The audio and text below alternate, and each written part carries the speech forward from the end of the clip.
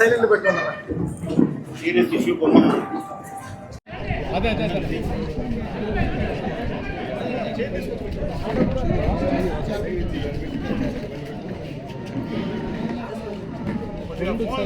పెట్టుకోండి.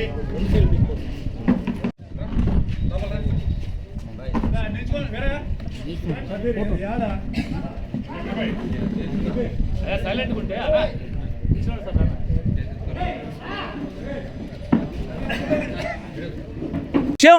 మీరు తేల్చండి కదా, మాకు లేదు అని చెప్పండి, పోండి మేనకృషిలో ఇవ్వండి. మరి ఇసుక దోలేదు ఎవరు? ఇసుక కాంట్రాక్టులు ఎవరు? గ్రావెల్ కాంట్రాక్టులు ఎవరు? రోడ్డుకి సాగర్మల గ్రావెల్ దోలేదు ఎవరు? మట్టి దోలేదు ఎవరు? మీ తెలుగుదేశం నాయకులే కుమిలి కుమిలి ఏడుస్తున్నారు రూములు 4 గోడల మధ్య. అయ్యా మాకేంది కర్మ? ఈ ఎమ్మెల్యే గారి కుటుంబ సభ్యులు అందరూ వచ్చి మరి కాన్స్టిట్యున్సీ మీద పడి గద్దల్లాగా గ్రావెల్కి ఒక రేటు, మట్టికి ఒక రేటు, ఇసుక ఒక రేటు. ఇసుకేమో నెలకి 15,000 ట్రాక్టర్కి, గ్రావెల్కేమో యూనిట్కి 200 నుంచి 300 రూపాయలు మీ నాయకుల దగ్గర కూడా మీరు వసూలు చేస్తున్న విషయం నిజమా కాదా అని నేను అడుగుతున్నా. మేము రైతుల పక్షాన పోతే మా మీద కేసులు, అరెస్ట్ వారెంట్లు. మళ్ళీ ఇప్పుడే సత్యనారాయణ గారిని అరెస్ట్ చేసినందుకు తెలుస్తూ ఉంది, మా నాయకుడు ఎంపీపీ గారిని అరెస్ట్ చేసినందుకు తెలుస్తూ ఉంది, మా వైఎస్ఆర్ కాంగ్రెస్ పార్టీ నాయకుల్ని మరి రైతులను కూడా అరెస్ట్ చేసినది. 14వ తారీఖు మేము పోయాం, చూసిచ్చాం. నిన్నటి ఉదయం నుంచి పోలీసు వారు యథేచ్ఛగా ఇక్కడికి వెళ్ళి రైతులను భయపెట్టి మభ్యపెట్టి మరి రిపోర్ట్లు తీసుకొని మా మీద పెట్టరాని సెక్షన్లు పెట్టి మరి అరెస్ట్ చేయాలనే ఒక దురుద్దేశంతో మరి ప్రశ్నించే గొంతుని, ఇది తెలుస్తూ ఉంది, ఈ రాష్ట్రంలో ప్రశ్నించే ప్రతి గొంతుకని అరెస్టుల ద్వారా అక్రమ కేసుల ద్వారా కట్టడి చేయాలనే ఒక ప్రయత్నం తెలుగుదేశం కూటమి నాయకులు చేస్తున్న విషయం మనకు అందరూ తెలిసిన విషయమే. నేను ఇప్పటికే అడుగుతున్నా, ఈ రోజుకి అడుగుతున్నా, నిజంగా ఎమ్మెల్యే గారికి చిత్తశుద్ధి ఉంటే మొదటిసారి ఎమ్మెల్యే అయింది, అప్పుడే అవినీతి కొంపలో కూరుకుపోయింది. ఇది ఈ నియోజక ప్రజలందరూ తెలిసిన విషయమే. ఏమిటంటే మీకు భయమే లేదు, గంటాపదం చెప్తున్నా.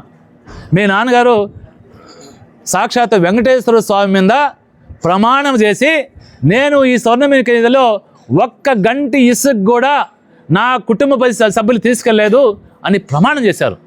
ఇంతకన్నా దుర్మార్గమైంది, ఇంతకన్నా మరి భరితి గంపు ఇంకొకటి ఉందా అని అడుగుతున్నా.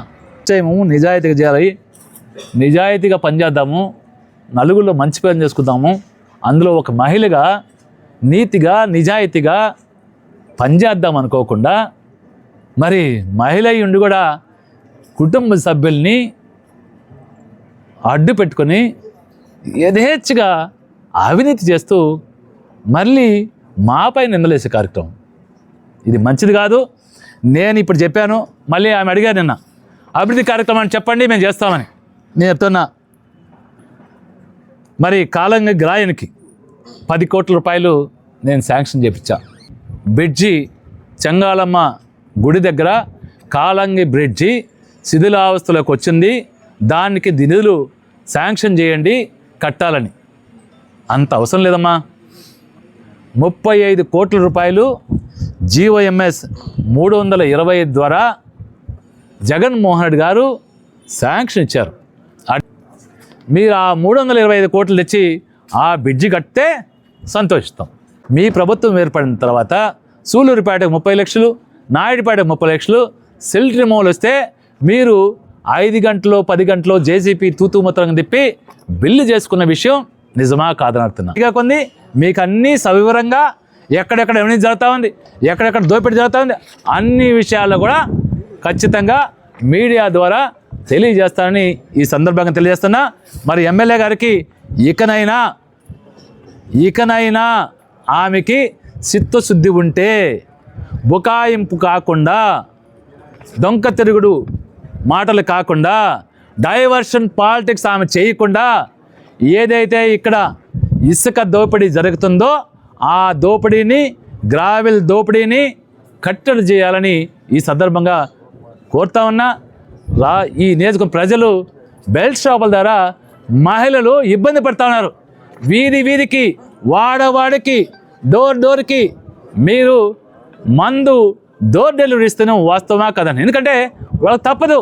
మీకు నెలకి 50,000 రూపాయలు ఒక్కొక్క షాపు నుంచి మీకే లంచం ఇవ్వాల్సి ఉంటే, మీకే మామూలు ఇవ్వాల్సి ఉంటే ఏం చేస్తారు పాపం? అందరే తాగిస్తారు. దాన్ని మీరు కట్టడి చేయ తల్లి. ఒక మహిళగా చాలామంది మహిళలు ఇబ్బందులు పడుతూ ఉన్నారు. మీ మామూలు మత్తులో జోగకుండా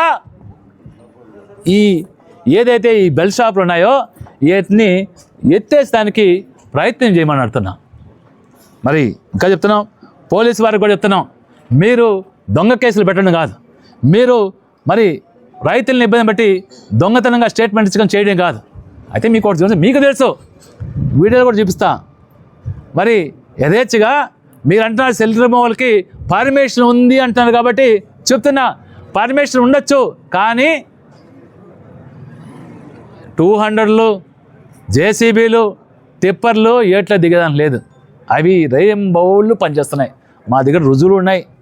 కలెక్టర్ గారు, సాక్షాత్ కలెక్టర్ గారు కూడా ఇచ్చాం. అయితే వాళ్ళు అంటారు మీకు ఎదురమంటే మీరు ఎందుకు పోతారు అధికారులు మీ దెబ్బకు భయపడిపోయినారమ్మా. ఎందుకంటే అధికారులు మీకు కప్పం పెట్టుకొని వచ్చినారు అధికారులు చాలామంది.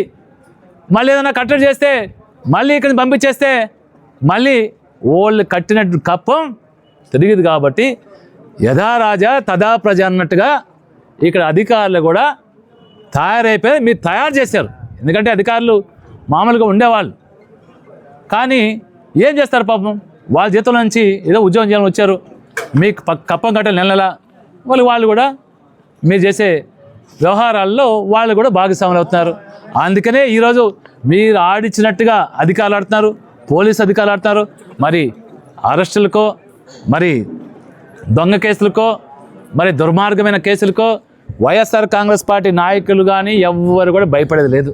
చూస్తూ ఉన్నాం ఈ ప్రభుత్వం వచ్చినప్పటి నుంచి ఇదే దొంగ కేసులు, ఇదే అక్రమ అరెస్టులు, ఇదే అక్రమ నిర్బంధాలు, జైలుకు పంపడాలు చేస్తూనే ఉన్నారు. చేయండి, ఎంతకాలం చేస్తా చేయండి.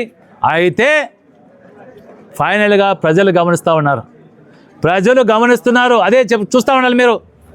ఈ నియోజకవర్గంలో గతంలో ఎన్నడూ లేని విధంగా మరి జరుగుతూ ఉంది దోపిడీ. ప్రజలు గమనిస్తారు. ఖచ్చితంగా వైఎస్ఆర్ కాంగ్రెస్ పార్టీకి అది చెప్తున్నాను, 150 నుంచి 11 వచ్చాయి, 11 నుంచి సింగిల్ డిజిట్ వస్తుంది. సింగిల్ డిజిట్ ఎవరికి ఇవ్వాలో ప్రజలు నిర్ణయించుకున్నారు. ఎప్పుడు ఎన్నికలు వచ్చినా సింగిల్ డిజిట్ అనేది ఎవరికి ఇస్తారో నిర్ణయించుకున్నారో ఖచ్చితంగా ఇస్తారు.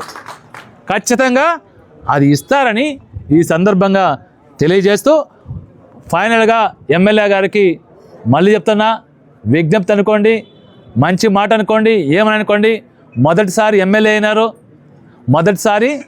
అయినారు. నీతిగా నిజాయితీగా ఒక మహిళగా మంచి ఎమ్మెల్యేగా పేరు తెచ్చుకోవాలని ఆశిస్తున్నా.